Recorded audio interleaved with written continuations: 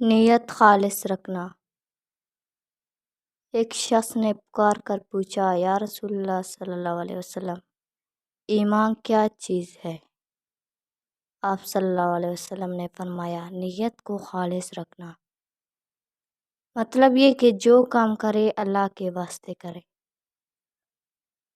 رسول اللہ صلی اللہ علیہ وسلم نے فرمایا کہ سارے کام نیت کے ساتھ ہے، مطلب یہ کہ اچھی نیت ہو تو نیک کام پر ثواب ملتا ہے، ورنہ نہیں ملتا۔ دکھلاوے کے واسطے کوئی کام کرنا۔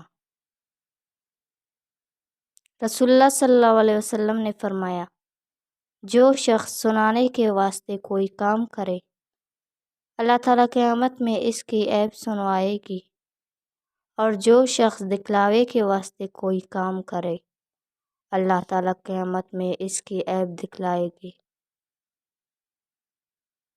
اور رسول اللہ صلی اللہ علیہ وسلم نے فرمایا، تھوڑا سا دکھلاوا بھی ایک طرح کا شرک ہے۔ قرآن و حدیث کے حکم پر چلنا۔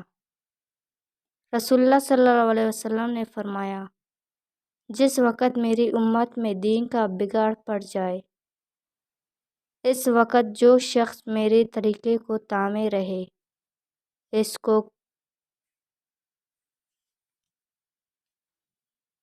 100 شہیدوں کے برابر ثواب ملے گا۔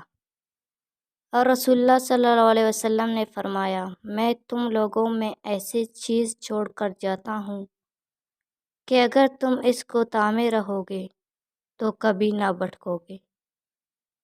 ایک تو اللہ تعالیٰ کی کتاب یعنی قرآن، دوسری نبی کی سنت یعنی حدیث، نیک کام کی راہ نکالنا یا بری بات کی بنیاد ڈالنا۔ رسول اللہ صلی اللہ علیہ وسلم نے فرمایا، جو شخص نیک راہ نکالے پھر اور لوگ اس راہ پر چلے تو اس شخص کو خود اس کا ثواب بھی ملے گا، اور جتنوں نے اس کی پیروی کی ہے ان سب کے برابر بھی اس کو ثواب ملے گا، اور ان کی ثواب میں بھی کمی نہ ہوگی۔